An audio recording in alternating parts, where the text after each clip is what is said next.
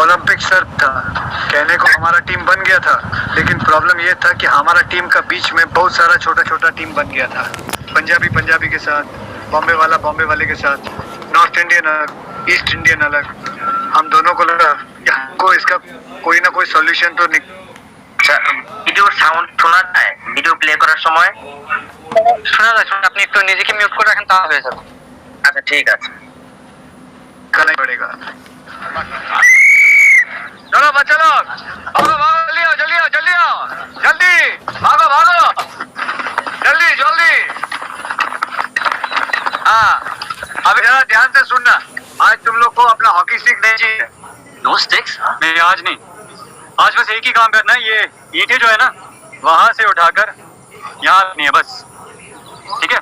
लेकिन ठेले से लेके नहीं आने का है, अपना हाथ का इस्तेमाल करने का है, समझे? चलो क्विक क्विक, चलो जल्दी, ठीक रखो, क्विक क्विक क्विक, चलो चलो चलो चलो जल्दी।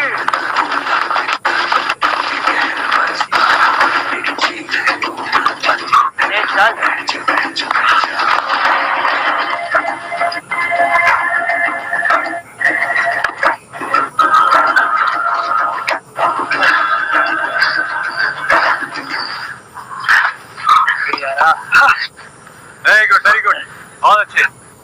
अब एक काम करो, ये ईंटें उठाकर वापस नहीं रखो। कैसा मजा कि हम यहाँ हॉकी खेलने आए, इधर होने आए। अब दादा इन लोग कैसे ही भागम भाग करेगा या कुछ समझेगा भी? तब नहीं समझेगा, करता रहेगा।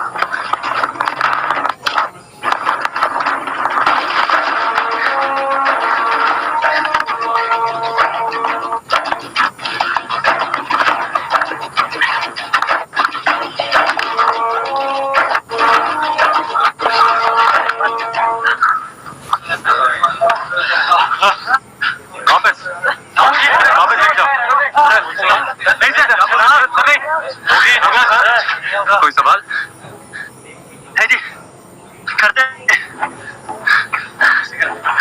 खामोश, कान, बजाओ।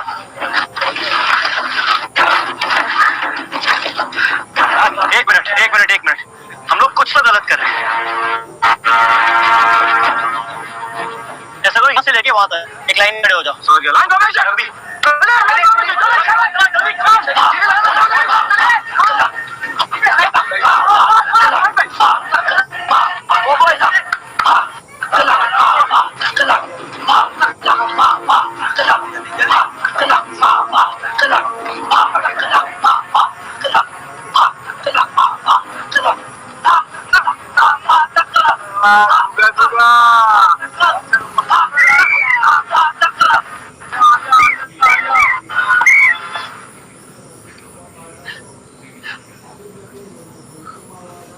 जे तुम लोग सिर्फ ये मेहनत और कोशिश और टैलेंट से कुछ नहीं होता, काम आसान होता है टीम वर्क से। मैं तुम्हें जितनी भी ट्रेनिंग दे दूं, लेकिन जब तक तुम में एकता नहीं होगी, दूसरे को सपोर्ट करोगे, जीत नहीं पाओगे। जीत के लिए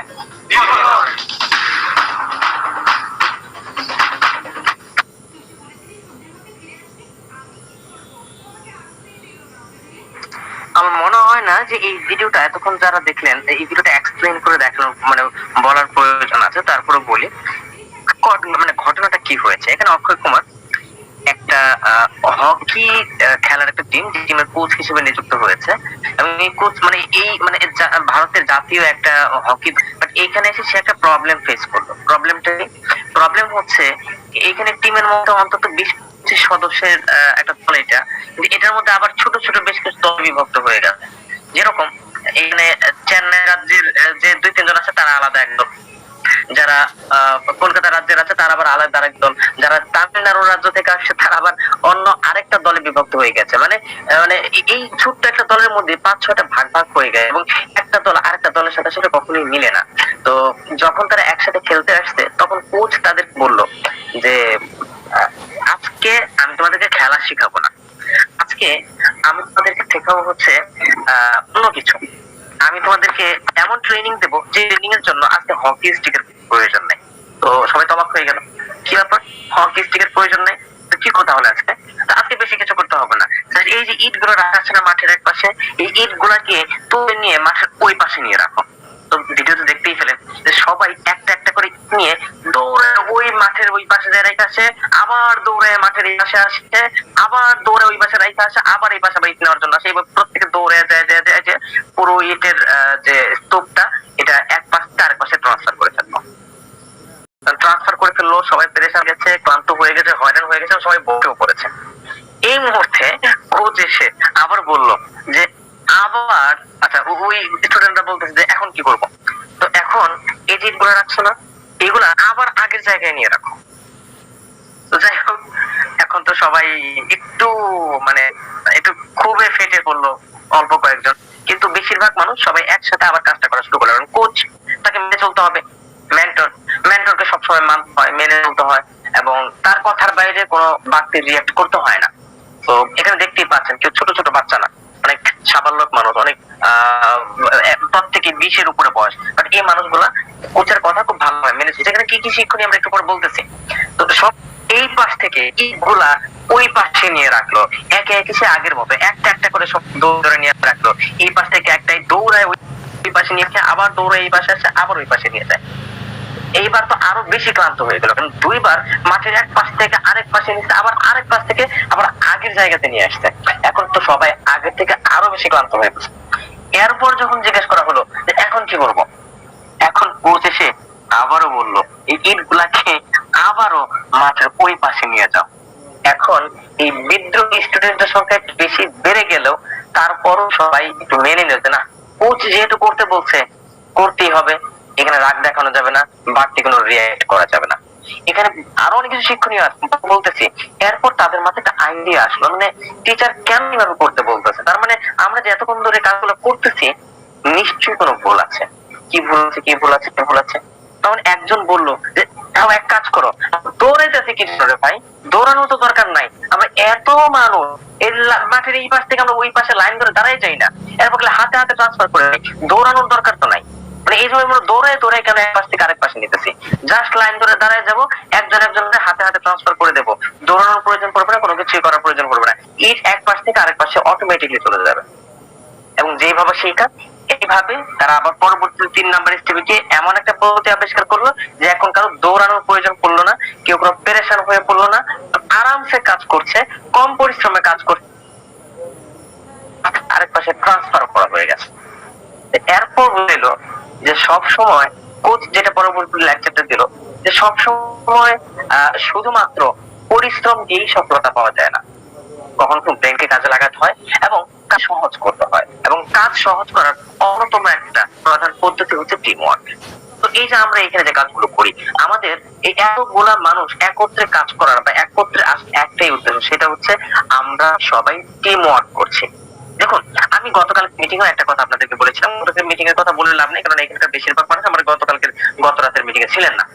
দেখুন, আপনি যখন একা কাজ করছেন আপনি স্রেফ একার বেতন পাবেন, একার ইনকাম পাবেন। মনে করেন আপনি একটা দোকান চালান অথবা বিজনেস করেন, এটার উদাহরণ আমি গতকালকেও দিয়েছি, যারা শুনেছিলেন হয়তো তারা একটু বোরিং ফিল হতে পারে, আমি নতুন আলোচনায় ঢুকছি, একটু পরে জাস্ট একটু শোনেন, কারণ এখানে বেশিরভাগ মানুষ যারা গতকালকে আমার মিটিং ছিল না, তো তাদের জন্য আসলে এই টপিকটা অন্তত নতুন, তো এই জন্য আমি এই টপিকটা আবার নিয়ে আসছি।